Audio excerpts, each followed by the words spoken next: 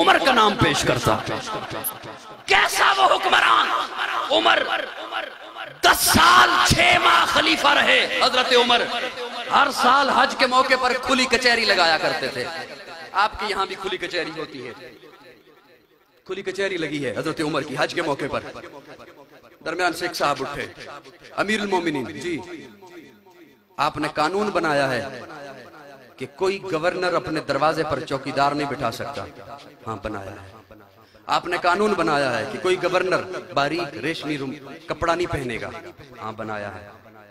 उस साहब ने कहा, मिस्र का गवर्नर अय्याज आपने उसे मुंतखब किया है, वो अपने दरवाजे पर चौकीदार भी बिठाता है और बारीक कपड़े पहनता है, रेशमी कपड़े पहनता है। हजरत उमर के चेहरे पे जलाल आया।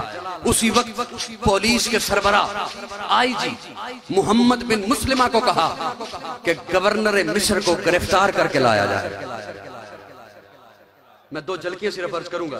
गवर्नर को, वो मोहम्मद बिन मुस्लिमा मिस्र पहुंचे, देखा चौकीदार भी है, लिबास भी ऐसा ही है, गिरफ्तार किया अय्याज को, उमर की अदालत में पहुंचे। उमर की अदालत लगी है। हजरत उमर एक जुमला बोलते हैं, कहते हैं, अय्याज तुझे पता है तेरा बाप बकरियां चराता था, तू अपनी औकात भूल गया। आज गरीब मुसलमानों के लिए दरवाजे पे चौकीदार बिठाता है ताकि तुझसे ये डायरेक्ट आके ना मिल सके। तू अपनी औकात, तुझ में किबर आ गया। मैं तुझसे सिर्फ गवर्नरी वापस नहीं लेता, तुझे बैतुल माल से 200 बकरियां दे रहा हूं। बाप की तरह पहाड़ों पे चरा, 6 माह तक चरा। जब तेरा पारा नीचे आ जाए, तुझे अपनी औकात याद आ जाए, उमर के पास वापिस आ जाना, उमर तुझे वैसा ही पाएगा। उमर, आज इन स्कॉलरों को उमर याद नहीं आ रहा जिसने दुनिया भर को तर्ज़े हुकूमत सिखाया है, जिसने हुकूमत करने के तरीके सिखाए हैं, हुकूमत कैसे की जाती है। इन्हें क्यों वो उमर याद नहीं आ रहा? वो आधी दुनिया का हुक्मरान था। मर्दे जलाल मर्दे हुनर भेजना पड़ा, ऊंचे बदन पे ऊंचा ही सर भेजना पड़ा। सबसे बड़े नबी की हिफाजत के वास्ते फौलाद से भी सख्त बशर भेजना पड़ा। बढ़ने लगा था जोर जिहालत की फौज का, रूए जमी पे रब को उमर भेजना पड़ा। कैसर रूम ने हजरत उमर की खिदमत में एक शख्स भेजा, तोहफे देकर। असल में भेजा अपना जासूस बनाकर, तोहफे देकर। जहर की शीशी, इत्तर की शीशी, एक खूबसूरत नौजवान दोशीजा खूबसूरत लड़की। वो शख्स आया मदीना मुनव्वरा में, तुम्हारा सरदार क्या कहाँ है?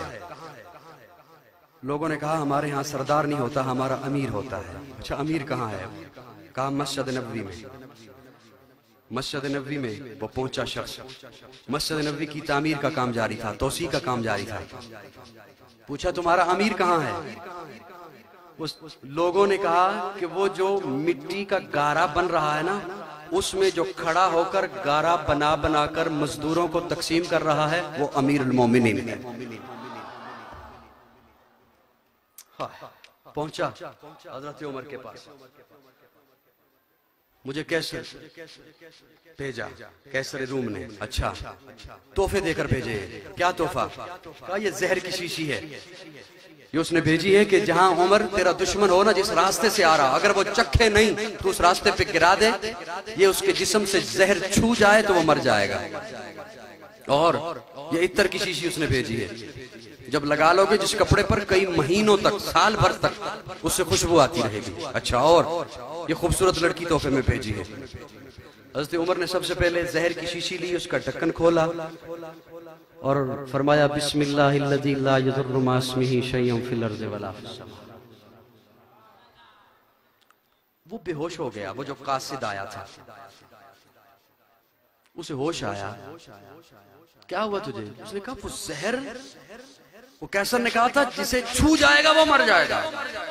हज़रत उमर ने कहा ओ बुतों के पुजारियों, ओ मिट्टी के पुजारियों, ओ मूर्तियों के पुजारियों, तुम्हें ये बताया गया है कि ये चीज मार देती है, मुझे मेरे प्यारे आका फरमा कर गए हैं कि रब न मारे तो कोई चीज नहीं मार सकती।